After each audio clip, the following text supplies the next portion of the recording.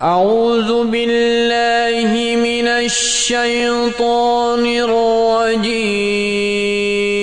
يا أيها الذين آمنوا كتب عليكم الصيام كما كتب على الذين من قبلكم لعلكم تتقون.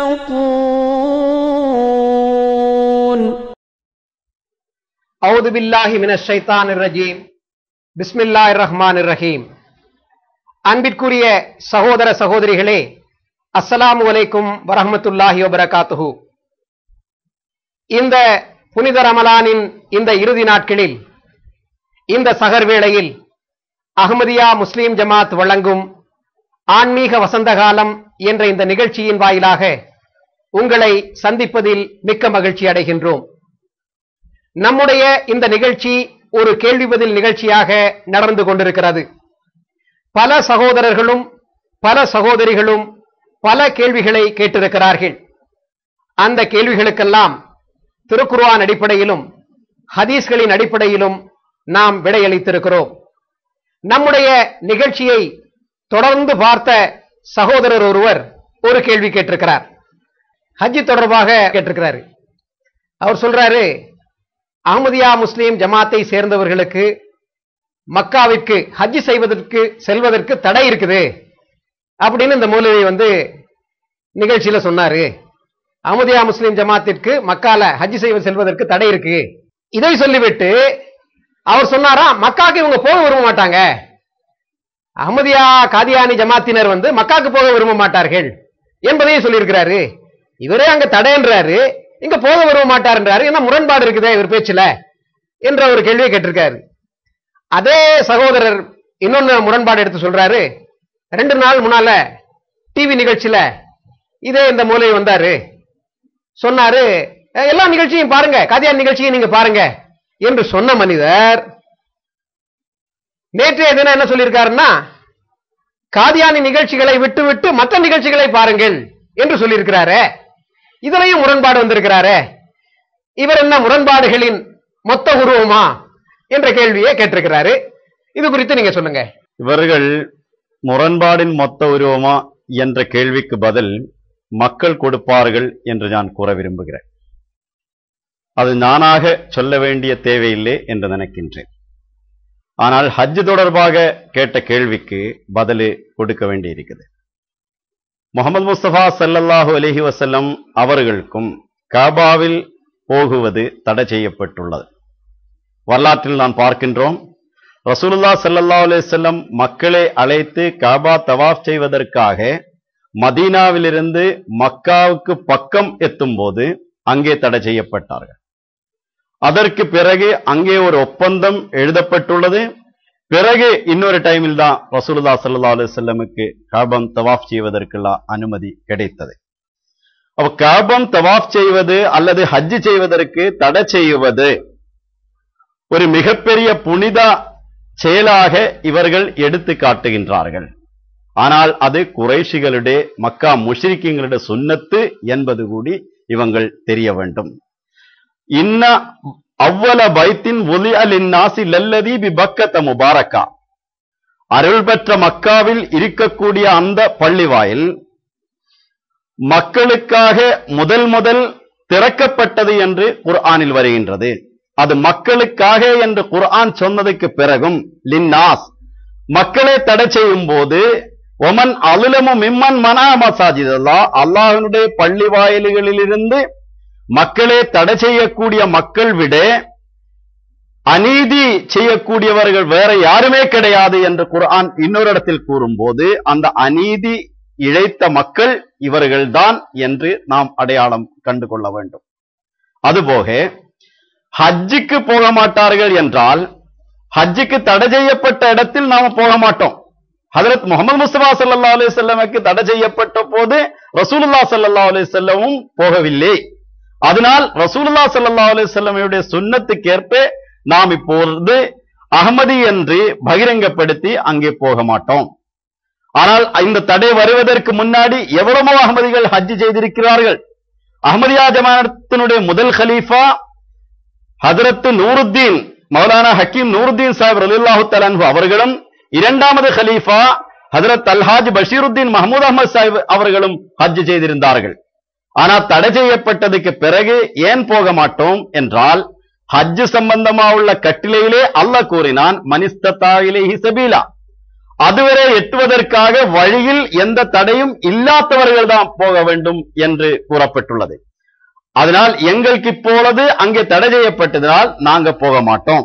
அப்புறம் விரும்ப மாட்டோம் என்பது இவர் சொல்றது அப்பட்டமான பொய்யே தவிர வேற எதுவுமே கிடையாது. அகமதிகள் காபாவை முன்னோக்கி தொழுகும் போது அந்த காபாவில் போக விரும்ப மாட்டோம் என்று சொன்னால் எவ்வளவு இவர் சொல்லக்கூடிய அந்த பொய்யே மக்களுக்கு புரிய வருது. அகமதிகள் காபாவை முன்னோக்கி தொழுகின்றார்கள். காபாவில் அகமதிகளுக்கு அனுமதிக்கப்படுகின்ற ஒரு நாள் வரும் என்று அஹ்மதியா ஜமாஅத்தினுடைய கலீஃபா ஒவ்வொரு ஹஜ் பெருநாள் குத்பா வேளையிலும் மக்களுக்கு அறிவிக்கின்றார்கள். அந்த காபாவில் கிறிஸ்தவருக்கும் அமெரிக்கன் படைக்கும் யகூதருக்கும் இடமளித்தார்கள். அதே பாதுகாப்புக்காக அந்த காபாவுக்கு பக்கம் அவங்களுக்கு டெண்டுகள் போட்டு அந்த மதீனாவையும் மக்காவையும் அசிங்கப்படுத்தத்தக்க நிலைமையில் இவர்கள் செயல்பட்டார்கள் என்று அரபி பத்திரிகைகளிலே ரிப்போர்ட் செய்யப்பட்டுள்ளது. அந்த இடத்தில் அகமதிகளுக்கு இவங்கள் தடை செய்தார்கள் என்றால் எங்களுக்கு அதில் எந்த கஷ்டமும் இல்லை.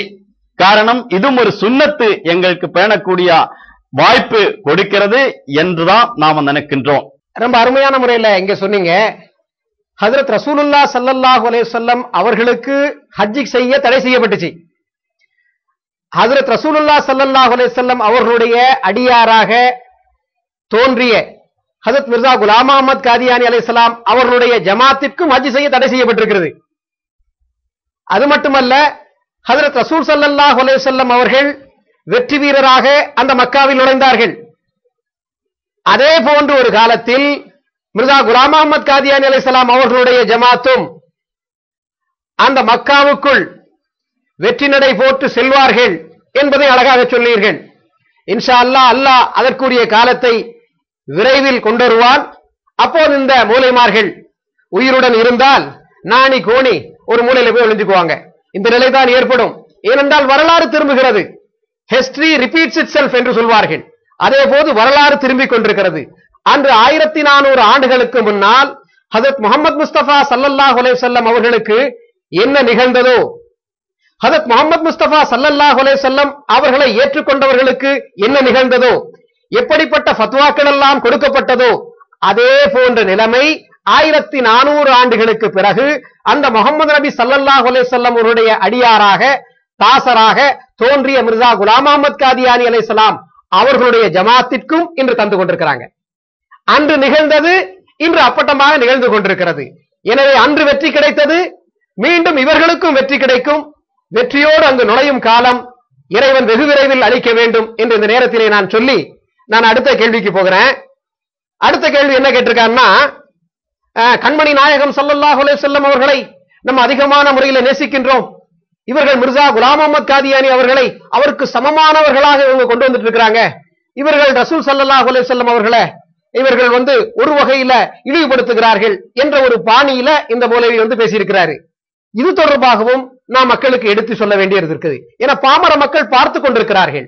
அஹ்மதியா முஸ்லிம் ஜமாத் ஹஜ்ரத் முஹம்மது முஸ்தபா ஸல்லல்லாஹு அலைஹி வஸல்லம் அவர்களை இறைவனுக்கு அடித்தபடியாக உயிரினும் மேலாக நேசித்துக் கொண்டிருக்கிறது.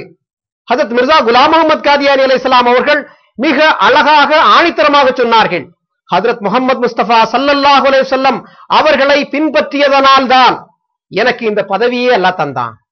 அந்த நாயகம் ஸல்லல்லாஹு அலைஹி வஸல்லம் அவர்களை நான் பின்பற்றாதிருந்தால் நான் ஒரு பொருட்டாகவே இருந்திருக்க மாட்டேன் என்று சொன்னார்கள். எனவே எனக்கு இந்த பதவி கிடைத்திருக்கிறது என்று சொன்னால் நாயகம் ஸல்லல்லாஹு அலைஹி வஸல்லம் அவர்கள் மீது கொண்ட அன்பின் காரணமாக, அவர்கள் மீது கொண்ட பாசத்தின் காரணமாக, பற்றின் காரணமாக இறைவன் எனக்கு இந்த பதவியை வழங்கி இருக்கிறான் என்று சொல்லியிருக்கிறாங்க. எனவே நீங்கள் மிர்சா குலாம் அஹ்மத் காதியானி அலைஹிஸ்ஸலாம் அவர்களுடைய நூலில் இருந்து அவர்களுடைய ஹஜ்ரத் ரசூல் ஸல்லல்லாஹு அலைஹி வஸல்லம் அவர்களை அவர்கள் எவ்வாறு நேசித்திருக்கிறார்கள், எவ்வாறு கூறியிருக்கிறார்கள் என்பதை மக்களுக்காக நாம் சொல்லியாக வேண்டும்.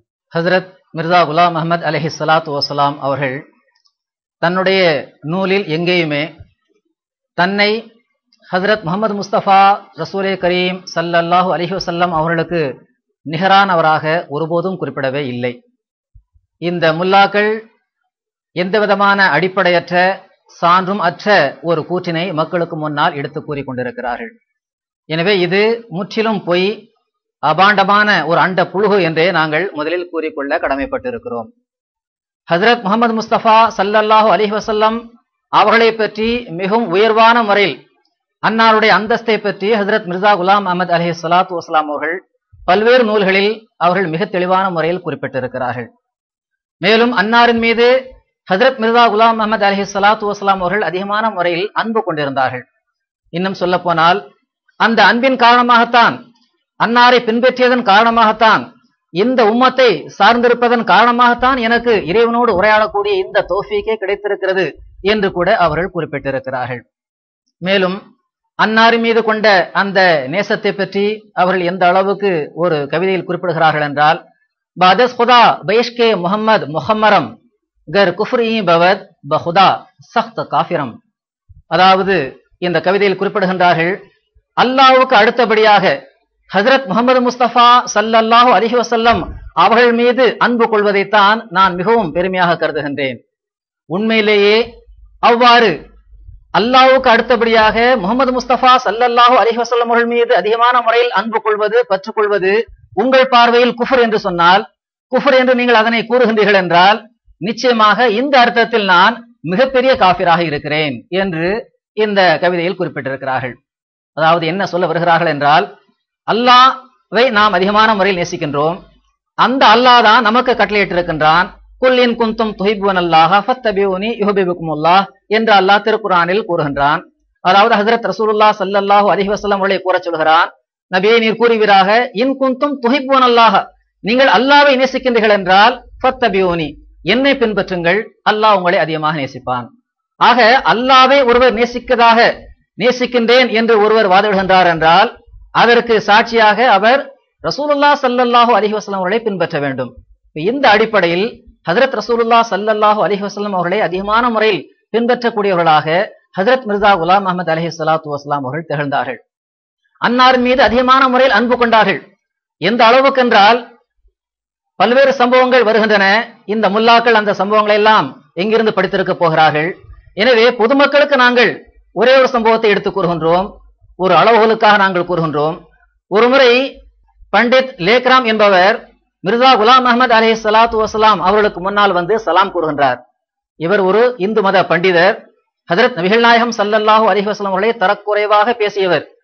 எவ்வாறு இன்று இந்த முல்லாக்கள் ஹஜ்ரத் மிர்சா குலாம் அஹமத் அலைஹி ஸலாத்து வஸலாம் அவர்களை தரக்குறைவாக பேசிக் கொண்டிருக்கிறார்களோ, அதே மாதிரியான தரக்குறைவாக பேசக்கூடிய ஒரு பண்பை கொண்டிருந்த ஒரு இந்து மத பண்டிதர் லேக்ராம் என்பவர்.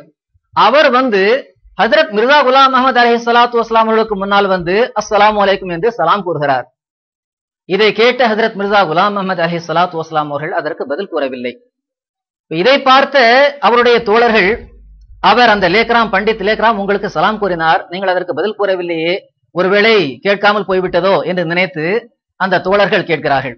அதற்கு ஹஜ்ரத் மிர்சா குலாம் அஹமத் அலைஹி ஸலாத்து வஸலாம் அவர்கள் சொன்ன பதில் என்ன தெரியுமா? முஸ்லிம் சகோதரர்களே, சற்று சிந்தித்து இதனை செவிமடுத்து கேளுங்கள். அவர்கள் கூறினார்கள், என்னுடைய எஜமானனை அவர் திட்டுகின்றார், எனக்கு சலாம் சொல்கின்றாரா, அவருக்கு நான் எப்படி பதில் சொல்ல முடியும் என்று கூறியதாக வரலாற்றில் பார்க்கிறோம். இவ்வாறு ஹஜ்ரத் மிர்சா குலாம் அஹமத் அலைஹி ஸலாத்து வஸலாம் அவர்கள் ஹஜ்ரத் ரசூலுல்லாஹ் ஸல்லல்லாஹு அலைஹி வஸல்லம் அவர்கள் மீது அதிகமான முறையில் அன்பு கொண்டிருந்தார்கள் என்பதை நாம் பார்க்க முடிகிறது. அது மட்டுமல்லாமல் அன்னாருடைய நூல்களில் ரசூலுல்லாஹ் ஸல்லல்லாஹு அலைஹி வஸல்லம் அவர்களை பற்றி மிக அழகான முறையில், மிக பெருமையான முறையில் எழுதியிருக்கிறார்கள். அதில் ஒரு சில விஷயங்களை பற்றி மட்டும் நான் உங்களுக்கு ஒரு எடுத்துக்காட்டாக கூறுகின்றேன்.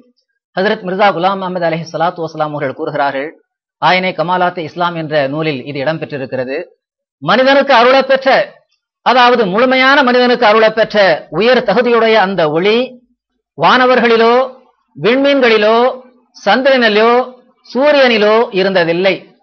மேலும் பூமியில் உள்ள கடல், ஆறு இவைகளிலும் இல்லை. அது மாணிக்கம், மரகதம், நீலமணி, முத்து ஆகியவற்றுள்ளும் இருந்ததில்லை. அதாவது பூமி வானம் ஆகியவற்றில் எப்பொருளிலும் அது இருந்ததில்லை. அது மனிதனிடமே இருந்தது. அதாவது முழுமையான மனிதனிடம் அதன் முழுமை, முடிவு, உயர்வு, மேன்மை எல்லாம் ஒருங்கே கொண்டவர் நம் தலைவரும், நம் அன்பிற்குரியவரும், தூதர்களில் தலைவரும், உயிரினங்களில் உயர்ந்தவருமாகிய ஹஜ்ரத் முஹம்மது முஸ்தபா ஸல்லல்லாஹு அலைஹி வஸல்லம் அவர்கள் ஆவார்கள். இவ்வாறு ஹஜ்ரத் ரசூலுல்லாஹ் ஸல்லல்லாஹு அலைஹி வஸல்லம் அவர்கள் இந்த உலகத்தில் உள்ள ஒவ்வொரு பொருளையும் விட எந்த அளவுக்கு மிக உயர்ந்தவராக திகழ்கிறார்கள் என்பதை குறிப்பிட்டிருக்கிறார்கள். அடுத்து இன்னொரு நூலில் ஹகீகத்துல் வஹி என்ற நூலில் குறிப்பிடுகிறார்கள். பாருங்கள், அவருடைய அதாவது ஹஜ்ரத் ரசூலுல்லாஹ் ஸல்லல்லாஹு அலைஹி வஸல்லம் அவருடைய தூய குண இயல்புகளை கணக்கிடுவது மனிதனின் வேலையன்று. பிரித்தறிய வேண்டிய முறையில் அவரின் உயர் பதவியினை பிரித்தறியப்படவில்லை என்பது வருந்தத்தக்க விஷயமாகும். அதாவது ரசூலுல்லாஹ் ஸல்லல்லாஹு அலைஹி வஸல்லம் அவர்கள் எந்த உயர் தகுதியை பெற்றிருந்தார்களோ அந்த உயர் தகுதியை பிரித்தறிய வேண்டிய விதத்தில் பிரித்தறியவில்லை என்பது மிகவும் வருத்தத்துக்குரிய விஷயம் என்று கூறுகிறார்கள். இன்னொரு இடத்தில் அர்பஈன் என்ற நூலில் குறிப்பிடுகிறார்கள். பாருங்கள், எல்லா நபிமார்களை விடவும் முழுமையான போதனைகளை அளித்தவர், தூய்மையில் மிக உயர்ந்தவர், தத்துவமிக்க போதனைகளை அளிப்பவர், மனித முழுமைகளின் உயர்வான முன்மாதிரியை தம் வாழ்வின் மூலம் காட்டி தந்தவர் நம் தலைவரும் நம் நண்பருமாகிய முஹம்மது முஸ்தபா ஸல்லல்லாஹு அலைஹி வஸல்லம் அவர்களே ஆவார்கள். இன்னொரு மேற்கோளை வைக்கிறேன். கிஷ்னினூஹ் என்ற புத்தகத்தில் அவர்கள் கூறுகிறார்கள், ஆதமின் மக்களுக்கு முஹம்மது முஸ்தபா ஸல்லல்லாஹு அலைஹி வஸல்லம் அவர்களை தவிர இப்போது எந்த தூதரும் பரிந்துரையாரும் இல்லை. எனவே ஆற்றலும் கம்பீரமும் மிக்க அந்த தூதரிடம் உண்மையான அன்பு கொள்ள முயலுங்கள். பிறருக்கு அவரை விட எவ்வகை பெருமையும் கொடுக்காதீர்கள். அதாவது ரசூலுல்லாஹ் ஸல்லல்லாஹு அலைஹி வஸல்லம் அவர்களை விட வேறு யாருக்கும் எந்த பெருமையும் கொடுக்காதீர்கள் என்று ஹஜ்ரத் மிர்சா குலாம் அஹ்மத் அலைஹிஸ்ஸலாத்து வஸலாம் அவர்கள் எல்லா முஸ்லிம்களுக்கும் அறிவுரை கூறியிருக்கிறார்கள். இதனால் நீங்கள் வானத்தில் மீட்புக்குரியவராக எழுதப்படுவீர்கள் என்று கூறுகிறார்கள். அப்ப சகோதரர்களே, ஹஜ்ரத் மிர்சா குலாம் அஹ்மத் அலைஹிஸ்ஸலாத்து வஸலாமுடைய சொந்த நூலிலிருந்து, அவருடைய சொந்த வாக்கியங்களிலிருந்து ஹஜ்ரத் ரசூலுல்லாஹ் ஸல்லல்லாஹு அலைஹி வஸல்லம் அவர்களை எந்த அளவுக்கு உயர்ந்த தரத்தில் வைத்து பார்த்தார்கள், எந்த அளவுக்கு உயர்வான நபி என்று அவர்கள் போதித்திருக்கிறார்கள் என்பதை நாங்கள் எடுத்து காட்டியிருக்கிறோம்.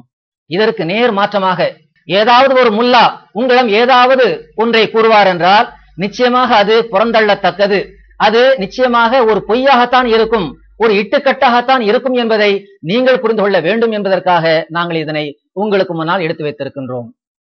அன்பிற்குரியவர்களே, ஹஜ்ரத் மிர்சா குலாம் அஹ்மத் காதியானி அலைஹிஸ்ஸலாம் அவர்களுடைய நூல்களிலிருந்து அவர்கள் ஹஜ்ரத் முஹம்மது முஸ்தபா ஸல்லல்லாஹு அலைஹி வஸல்லம் அவர்கள் மீது எந்த அளவுக்கு நேசம் கொண்டிருந்தார்கள் என்பதை இப்ப மேற்கோளிலிருந்து இருந்து நம்ம பார்த்தோம். அழகான முறையில மிர்சா குலாம் அஹ்மத் காதியானி அலைஹிஸ்ஸலாம் அவர்கள் ஹஜ்ரத் முஹம்மது முஸ்தபா ஸல்லல்லாஹு அலைஹி வஸல்லம் அவர்களை பற்றி குறிப்பிட்டிருக்கிறார்கள். அவர்களுக்கு ஒரு சிறந்த உயர்ந்த அந்தஸ்து இருக்கிறது என்று இந்த மேற்கோளில் கூறியிருக்கிறாங்க. ஆனால் இந்த மௌலவிகள், இந்த சின்ன காசிமிகள் இந்த மேற்கோள்களை படிப்பதே இல்லை. ஹஜ்ரத் மிர்சா குலாம் அஹ்மத் காதியானி அலைஹிஸ்ஸலாம் அவர்களுடைய நூல்களை இவர்கள் படித்திருந்தால் இப்படிப்பட்ட ஒரு ஆட்சேபனையே செய்திருக்க மாட்டார்கள். இவர்கள் உண்மையாகவே ஹஜ்ரத் முஹம்மது முஸ்தபா ஸல்லல்லாஹு அலைஹி வஸல்லம் அவர்களுக்கு கண்ணியம் அளிப்பதாக இருந்தால், ஹஜ்ரத் ரசூலுல்லாஹ் ஸல்லல்லாஹு அலைஹி வஸல்லம் அவர்கள் மீது பாசம் கொண்டவர்கள் என்று இருந்தால் இவர்கள் ஹஜ்ரத் ஈசா அலைஹிஸ்ஸலாம் அவர்கள் மரணமடைந்து விட்டார்கள் என்று நம்பியாக வேண்டும். எப்போது அவர்கள் ஹஜ்ரத் ஈசா அலைஹிஸ்ஸலாம் அவர்கள் மரணமடைந்து விட்டார்கள் என்று நம்புகிறார்களோ அப்போதுதான் அவர்கள் ரசூல் ஸல்லல்லாஹு அலைஹி வஸல்லம் மீது அன்பு கொண்டவர்கள் என்று சொல்ல முடியும். ஏனென்றால் இன்று கிறிஸ்தவர்கள் கேட்கிறார்கள், ஒருவர் அழகாக கேட்டார், உயிருள்ளவனும் மரணித்தவனும் சமமாக மாட்டார் என்று திருக்குர்ஆன் கூறுகிறதே, உயிருள்ளவரும் மரணித்தவரும் சமமாக மாட்டார் என்று திருக்குர்ஆன் கூறுகிறது. உங்கள் நபி முஹம்மது நபி மரணமடைந்து விட்டார் இந்த பூமியில, ஆனால் எங்கள் நபி இயேசுநாதர் ஈசா அலைஹிஸ்ஸலாம் உயிருடன் விண்ணில் வாழ்கிறாரே, அவர் அல்லவா சிறப்புக்குரியவர். உங்களுடைய இந்த திருக்குர்ஆன் கருத்துப்படி உயிருள்ளவரும் உயிரற்றவரும் சமமாக மாட்டார் என்றல்லவா திருக்குர்ஆன் கூறியிருக்கிறது. உயிருள்ளவருக்கு அல்லவா சிறப்பு என்று கூறியிருக்கிறார்கள். அன்பிற்குரிய இஸ்லாமிய சகோதரர்களே, நீங்கள் சிந்தித்து பாருங்கள். எப்போது நாம் ஹஜ்ரத் ஈசா அலைஹிஸ்ஸலாம் அவர்கள் மரணமடைந்து விட்டார்கள் என்று நம்புகிறோமோ அப்போதுதான் நாம் ஹஜ்ரத் முஹம்மது முஸ்தபா ஸல்லல்லாஹு அலைஹி வஸல்லம் அவர்களின் மீது பாசம் கொண்டவர்கள், அவர்களை பெருமைப்படுத்த கூடியவர்கள் என்று சொல்லலாம். அது வல்லாமல் நம்மால் சொல்ல முடியாது. எனவே இன்று அஹ்மதியா முஸ்லிம் ஜமாத் மட்டுமே முழு உலகிலும் ஹஜ்ரத் ஈசா அலைஹிஸ்ஸலாம் அவர்கள் மரணமடைந்து விட்டார்கள் என்று ஹஜ்ரத் ரசூலுல்லாஹ் ஸல்லல்லாஹு அலைஹி வஸல்லம் அவர்களுடைய சிறப்பை, மாண்பை, மகத்துவத்தை பறைசாற்றிக் கொண்டிருக்கிறது. முனைசாவிடா சில சகோதரர்கள் கேள்வியும் கேட்டாங்க. ஹஜ்ரத் ஈசா அலைஹிஸ்ஸலாம் அவர்கள் விண்ணில் இருக்கிறீங்களே, அதாவது இந்த சின்ன காஸ்மீட்ட கேள்வி கேட்டாங்க. ஹஜ்ரத் ஈசா அலைஹிஸ்ஸலாம் அவர்கள் விண்ணில் இருக்கிறார்கள் என்று நீங்கள் கூறுகிறீர்களே, திருக்குர்ஆனிலிருந்து ஆதாரம் காட்டுங்கள்னு சொன்னாங்க. ஆதாரம் எதுவுமே காட்டாம நிறைய பேசிக்கிட்டே வந்தார். மிர்சா குலாம் அஹ்மத் காதியானி அலைஹிஸ்ஸலாம் அவர்களை பற்றி மிகவும் ஏளனமாக தரைக்குறைவா பேசிக்கிட்டே வந்தாரு. உடனே இன்னொரு சகோதரர் போன்ல தொடர்பு கொண்டு அவர்கிட்ட கேட்கிறாங்க, இந்த நேரடி ஒலிபரப்பை பார்த்தவர்கள் தெரியலாம், அவர் கேட்ட கேள்விக்கு நீங்க பதில் சொல்லலையே. ஹஜ்ரத் ஈசா அலைஹிஸ்ஸலாம் 2000 ஆண்டு காலமாக விண்ணில் இருக்கிறார்கள் என்று நீங்கள் கூறுகிறீர்களே, அதுக்கு திருக்குர்ஆனிலிருந்து ஆதாரம் காட்டுங்கள் என்று அந்த சகோதரர் கேட்டிருக்காரு, அந்த கேள்விக்கு நீங்க பதில் சொல்லலையே என்று சொன்ன போது இவர் 2 வசனங்களை எடுத்து வைக்கிறார். அப்பதான் வைக்கிறாரு, நம்ம ஒரு 5-6 நிகழ்ச்சிகள்ல ஹஜ்ரத் ஈசா அலைஹிஸ்ஸலாம் அவர்கள் விண்ணில் இருக்கிறார்கள் என்பதற்கு ஆதாரம் காட்டுங்கள், ஆதாரம் காட்டுங்கள் என்று கேட்டுக்கொண்டே இருந்தோம், பதில் வரல. ஆனா இப்ப 2 வசனங்கள் அப்படி எடுத்து வச்சுட்டு ஹஜ்ரத் ஈசா அலைஹிஸ்ஸலாம் அவர்கள் உயிருடன் இருக்கிறார்கள், இதனை நாம் நிரூபிக்க வேண்டிய அவசியம் இல்ல, திருக்குர்ஆன் பக்கம் நம்ம போவானா, ஹதீஸ் பக்கம் போக தேவையில்ல, மிர்சா குலாம் அஹ்மதுடைய புத்தகத்தை எடுத்துக்கொண்டு வாங்க என்று ஒரு சார்ஜாப்ப காட்டிக் கொண்டிருந்தாரு. சார், இது குறித்து நீங்க அந்த 2 வசனங்கள் முழுமையா சொல்லல, 2 வசனங்கள் திருக்குர்ஆனுடைய வெவ்வேறு 2 வசனங்களை மட்டும் அவர் எடுத்து சொன்னாரு. இது குறித்து நீங்க மக்கள் புரிய வேண்டும் என்பதற்காக விளக்கம் அளிக்குமாறு வேண்டுகிறேன். ஹஜ்ரத் ஈசா அலைஹிஸ்ஸலாம் அவர்கள் வானத்தில் உயர்த்தப்பட்டார்கள், இன்னொரு காலத்தில் வந்து அவரை மரணிக்கச் செய்வான் என்று அல்லாஹ் கூறியதாக குர்ஆனிலிருந்து ஒரு ஆயத்து எடுத்து கூறினார்கள். அதற்கு முன் வமா கத்லுஹு வமா சலபுஹு சூரா ஆல் இம்ரானில் என்று சொல்றாரு, சூரா நிசாயில் உள்ள ஆயத்திது.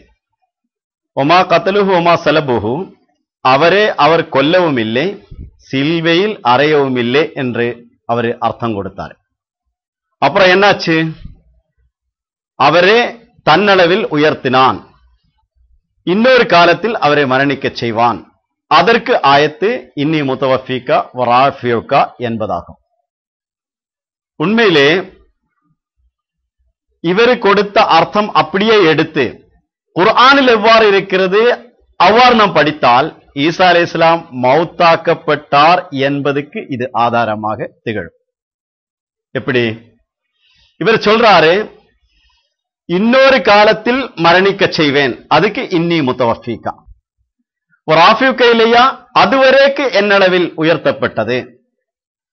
இது குர்ஆனில் எவ்வாறு இருக்குது?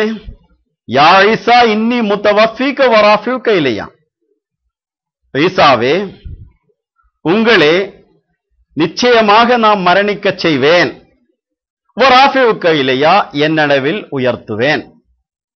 முதல் அல்லாஹ் கூறினான், உம்மே நான் மரணிக்க செய்வேன், அதற்கு பிறகு கூறினான் என்னளவில் உயர்த்துவேன். இதே எடுத்து இவர் என்ன செய்றாரு, முதலில் என்னளவில் உயர்த்துவேன், இன்னொரு காலத்தில் மரணிக்க செய்வேன். இதுதான் கைந்து போட்ட டிரான்ஸ்லேஷன், குர்ஆனில் உள்ளது கிடையாது. அல்லாஹ் கூறியது முன்னும் பின்னும் மாற்றி, யஹூதிகள் யுஹர்ரிஃபூனல் கலிமா அன் மவாலிஹி, அல்லாஹ்வுடைய வசனங்களே மாற்றி பேசுவார்கள், அதுக்குரிய இடத்திலிருந்து எடுத்து இன்னொரு இடத்தில் வைத்து பேசுவார்கள் என்று குர்ஆனில் வந்துள்ளது. அதே சுன்னத்தை எடுத்து இவரும் அதுதான் செய்றாரு. அல்லாஹ் நிச்சயமாக உன்னை நான் மரணிக்க செய்வேன் என்று கூறியதே எடுத்து பின்னாடி வைத்து என்னளவில் உயர்த்துவேன் என்று அதற்கு பின் கூறியது முன்னாடியே வைத்து முதல் உயர்த்துவான், அதுக்கப்புறம் இன்னொரு காலத்தில் மரணிக்க செய்வான் என்று இவர் அர்த்தம் கொடுக்கிறார். அது இவருடைய அர்த்தம், குர்ஆனில் உள்ளது கிடையாது. குர்ஆன் அல்லாஹ் என்ன முன்னாடியே கூறியிருக்கிறானோ அதே முன்னாடியே நாம் புரிய வேண்டும். அதுக்கு பிறகு என்ன கூறியுள்ளானோ அதை புரிய வேண்டும். இந்த ஆயத்தை நாம் படிக்கும் போது எத்தனை முறை நீங்க படிச்சு பாருங்க, அப்போதெல்லாம் என்ன புரியும்? யா ஈசா இன்னி முத்தவஃபீகா வராஃபியுக இல்லையா, ஈசாவே உம்மே நிச்சயமாக நான் மரணிக்க செய்வேன், வராஃபியுக இல்லையா என்னளவில் உயர்த்துவேன். அவன் மரணிக்க செய்வேன் என்று சொன்னதுக்கு பிறகு என்னளவில் உயர்த்துவேன் என்றால் இவர் கூறியது போன்ற ஈசா அலைஹிஸ்ஸலாமே வெளிப்படையான நிலைமையில் உயர்த்த வேண்டிய சூழ்நிலை வந்தால் அதுக்கு என்ன அர்த்தம்? ஈசா அலைஹிஸ்ஸலாமே மரணிக்க செய்ததற்கு பிறகு அவருடைய உடலே வானத்தில் உயர்த்தப்படும். அப்ப ஈசா அலைஹிஸ்ஸலாம் உயிர் அல்லாஹ் முதல்ல மரணிக்க செய்யும் போது அது கொண்டு போயிடும். அதுக்கு பிறகு உடல் எங்கே இருக்கும், அந்த உடலே உயர்த்துவான் என்ற அர்த்தம் வரும். அல்லாமல் முதலே அல்லாஹ் உயர்த்தியதுக்கு பிறகு மறுபடி மரணிக்க செய்வேன் என்று சொன்னால் இவரு சொன்னது எல்லாமே குர்ஆனில் கிடையாது. அதுபோக வானம் என்ற வார்த்தை இவரே தனியே யூஸ் பண்றாரு. வானம் என்பது குர்ஆனில் எந்த ஒரு இடத்திலும் ஈசா அலைஹிஸ்ஸலாம் தொடர்பாக வரவே இல்லை. அல்லாஹ் வான தன்னளவில் உயர்த்தினான் என்பதா இருக்குது, வானத்தில் உயர்த்தினான் என்று எந்த இடத்திலும் கிடையாது. லைஃபான ஒரு ஹதீஸில் கூட ஈசா அலைஹிஸ்ஸலாமை அல்லாஹ் வானத்தில் உயர்த்தினான் என்பதும் கிடையாது. அல்லாஹ் உயர்த்தினான் என்பது இருக்குது. அல்லாஹ் உயர்த்தினான் என்றால் நான் மரணிக்க செய்வேன், அதுக்கு பிறகு உயர்த்துவேன் என்று சொன்னால் அதுக்கு என்ன அர்த்தம்? அனைத்து நபிமார்களுக்கும் மரணத்துக்கு பிறகு என்ன உயர்வு கிடைத்ததோ அந்த உயர்வு தான் ஈசா அலைஹிஸ்ஸலாமுக்கும் கிடைக்கும். இந்த ஆயத்துக்கு ஏற்ப சொல்லும் போது முஹம்மது முஸ்தபா ஸல்லல்லாஹு அலைஹி வஸல்லமுக்கும் மரணத்துக்கு பிறகு உயர்வான ஒரு பதவி கிடைச்சிருக்கு. முஹம்மது முஸ்தபா ஸல்லல்லாஹு அலைஹி வஸல்லம் ஒருஃபானி என்ன நீ உயர்த்துவாயாக என்று ஒவ்வொரு தொழுகையிலும் துஆ செஞ்சிட்டு இருந்தார்கள். அதே போன்று ஒவ்வொரு முஸ்லிமும் என்ன நீ உயர்த்துவாயாக என்று துஆ செய்கின்றார்கள். அதே போன்ற உயர்வு ஆத்மீயமான உயர்வை தவிர பௌதிகமான இந்த உடல் பூத உடலுடன் உயர்வு என்ற அர்த்தம் குர்ஆனுக்கு கொடுக்க முடியாது. நான் கூறி வந்ததன் சுருக்கம், சிலுவையில் அறையவும் இல்லை கொல்லவும் இல்லை என்றால் அதுக்கு அர்த்தம் வானத்தில் உயர்த்தினான் என்பது கிடையாது. வானத்தில் உயர்த்தினான் என்பது அந்த இடத்தில் கிடையாது. அந்த இடத்திலும் தன்னளவில் உயர்த்தினான் என்பதுதான் இருக்கிறது. அப்ப இந்த ஆயத்தில் தன்னளவில் உயர்த்தப்பட்டது எவ்வாறு என்பது குர்ஆனுக்கேற்ப நாம் பார்க்கும் போது இன்னி முத்தவஃபீக வராஃபீக என்று சூரா ஆலி இம்ரானில் இருக்கின்றன. உண்மை நான் மரணிக்க செய்வேன், அதற்கு பிறகு உயர்த்துவேன். அப்ப அல்லாஹ் தன்னளவில் உயர்த்தியது எவ்வாறு என்பது குர்ஆனிலே கூறியுள்ளது. அதை நாம் முன்னும் பின்னும் மாற்றி பேசக்கூடாது. அப்படி பேசினால் யகூதருடைய பண்பு உட்கொள்வோம். அல்லாஹ் கூறியது போன்று பேசும்போது உயர்த்தப்பட்டது மரணத்துக்கு பிறகு என்று குர்ஆனில் உள்ளது. வேற ஒரு அர்த்தம் கொடுத்தால் குர்ஆனுக்கு முரண்பாடாக அர்த்தம் நாம் கொடுப்போம். இது நான் மட்டும் பேசுவது கிடையாது. ராபித்தத்துல் ஆலமீல் இஸ்லாமியா என்று எப்பொழுதும் பெருமையடிக்கக்கூடிய இந்த மௌலவி ராபித்தத்துல் ஆலமீல் இஸ்லாமியா வெளியிட்டுள்ள குர்ஆன் இங்கிலீஷ் டிரான்ஸ்லேஷன் முகமது அசது எழுதியுள்ள குர்ஆன் டிரான்ஸ்லேஷன் எடுத்து பார்த்தால் இந்த ஆயத்துக்கு பர்ரஃபல்லாஹு இலைஹி என்று வரக்கூடிய அந்த ஆயத்து வமா கத்லுஹு வமா ஸலபுஹு என்ற சூரத்துன் நிசாயில 158வது ஆயத்துக்கு விளக்க உரை எழுதும் போது அதுக்கு கீழே ஒரு நோட்டு கொடுத்திருக்கிறார். இந்த உயர்வு என்பது இன்னி முத்தவஃபீக வராஃபீக என்பதாகும். என்ற ஆயத்தில் குறிப்பிட்டது போன்று உள்ள உயர்வு என்று. அதில் ஈசா அலைஹிஸ்ஸலாமையே உடலுடன் வானத்தில் உயர்த்தினான் என்ற அந்த கொள்கைக்கு இஸ்லாத்தின் அடிப்படையில் எந்த ஆதாரமும் கிடையாது, அடிப்படையற்ற கொள்கையாகும் என்று அந்த குர்ஆன் டிரான்ஸ்லேஷனில் குறிப்பிடப்பட்டுள்ளது. 1968 வெளியிடப்பட்டுள்ள இந்த குர்ஆன் அகமதிகளுக்கு ஆதரவாக இருக்கிறதுனால் அவருக்கு சாதகமாக டிரான்ஸ்லேஷன் செய்யப்பட்டுள்ளதினால் அதற்கு பிறகு தடை செய்யப்பட்டது, அது பேன் செய்யப்பட்டது. ஆனாலும் அந்த ஒரிஜினல் குர்ஆன் இப்பொழுதும் என்னிடம் இருக்கிறது. உண்மையில் ஒரு மூட கொள்கை வைத்திருக்கிறாரு. அந்த கொள்கைக்கேற்ப செருப்புக்கு ஒப்பானமான நிலைமையில் அதை சரி பண்றதுக்காக காலு முறிக்கிற போன்று மூட கொள்கையை சரி பண்றதற்காக சரியாக்குவதற்காக தன்னுடைய காலு முறிக்கிற போன்று குர்ஆன் முறிக்கிறார். அல்லாஹ் முன்னாடியே கூறியது அங்க நிக்கட்டும், நானே அதை எடுத்து பின்னாடியே கூறுவேன், அப்பதான் இது சரியாகும். இப்போதான் தெரியுது இவ்வளவு நாள் ஏன் இவர் ஈசா அலைஹிஸ்ஸலாமுடைய ஹயாத்து சம்பந்தமா அவருடைய உயிருடன் இருக்கிறார் என்பது சம்பந்தம் எந்த ஆயத்தும் எடுத்து வைக்கல. அதுக்கு இவ்வளவு தயங்கி நிற்கிறார் எதுக்கு என்பது இப்பதான் தெரியுது.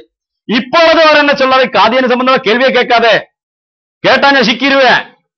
என்ன சொல்றாரு, ஈசா அலைஹிஸ்ஸலாமுடைய ஷேப்பில் கன்ஃபியூஸ் ஆயிருச்சாமா. உண்மையிலே அந்த மாதிரி ஒரு ஆயத்து குர்ஆனில் கிடையாது.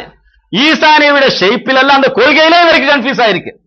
அந்த கன்ஃபியூஷன் காரணம் இனிமேல் என்னிடம் எந்த கேள்வியும் கேட்க கூடாது என்று அவர் கட்டளையிடுறாரு. என்ன கேட்கணும், இவருக்கு கன்ஃபியூஷன் இல்லாத ஒன்னு இருக்குது, அது மிர்ரா சாயினுடைய கித்தாபாமா. குர்ஆனிலே முன்னப்பின் வெட்டி எடுத்து வைக்கிற இந்த ஆளு மீர்சா சாஹினுடைய கித்தாபில் அது பொய் நபி என்று நம்புகின்ற என்றால் எந்த அளவுக்கு முன்ன பின்ன வெட்டி வைக்கும் என்பது சாதாரண மக்கள் புரிஞ்சு கொள்ள வேண்டும்.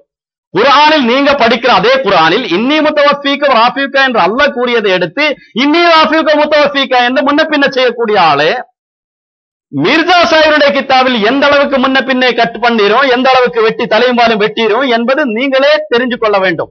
ஆனால் குர்ஆனில் எவ்வளவு நீங்க முன்ன பின்ன வெட்டினாலும் ஈசா அலைஹிஸ்ஸலாமே இந்த சயின்ஸின் டெக்னாலஜியோட காலத்தில் எவ்வளவுக்கு நீங்க முயன்றாலும் மௌத்தான ஈசா நபிக்கு உயிர் கொடுக்க முடியாது என்பது புரிய வேண்டும். இந்த மூட நம்பிக்கை மக்களிலிருந்து போகுவதற்கு இவ்வாறு நிகழ்ச்சிகளில் உங்களுடைய ஆதாரங்கள் எடுத்து வைத்து மக்கள் மத்தியில் அது வைக்கணும் என்று நாம் சொல்லும் போது அதிலிருந்து விரண்டு ஓடாமல் இன்னும் ஆதாரங்கள் இருந்தால் அது கூடி வைக்க வேண்டும் என்று உங்களிடம் நான் கேட்டுக்கொள்கிறேன். அன்பிற்குரியவர்களே, இப்போது மௌலவி சாஹிப் அவர்கள் அந்த மௌலவி காசிமி அவர்கள் எடுத்து வைத்த அந்த 2 வசனங்களுக்குரிய விளக்கங்களை இங்க அருமையான முறையில் எடுத்து சொன்னாங்க.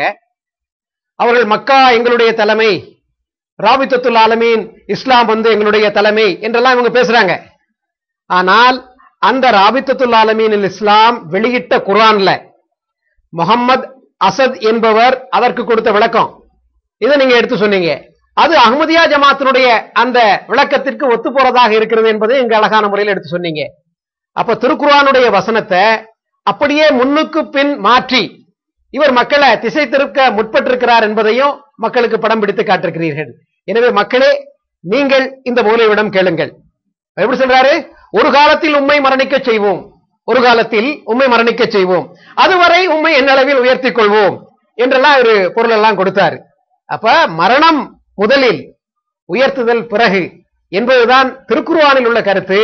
இவர் என்ன சொல்றாரு? உயர்த்துதல் முதலில் பிறகு மரணம் என்கின்ற விளக்கத்தையும் தர்றாரு. எனவே முன்னுக்கு பின் முரணாக இவர் பதிலளித்திருக்கிறார் என்பதை மக்களாகிய நீங்கள் நடுநிலையோடு இருந்து பார்க்கின்ற பொழுது உங்களால் புரிந்து கொள்ள முடியும். अहमदियत अहमदियत अहमदियत जिंदाबाद जिंदाबाद जिंदाबाद जिंदा ओ पायंदाबाद जिंदाबाद जिंदाबाद अहमदियत जिंदाबाद अहमदियत अहमदियत अहमदियत जिंदाबाद जिंदाबाद जिंदाबाद जिंदा ओ पायंदाबाद जिंदाबाद जिंदाबाद अहमदियत जिंदाबाद अहमदियत अहमदियत अहमदियत जिंदाबाद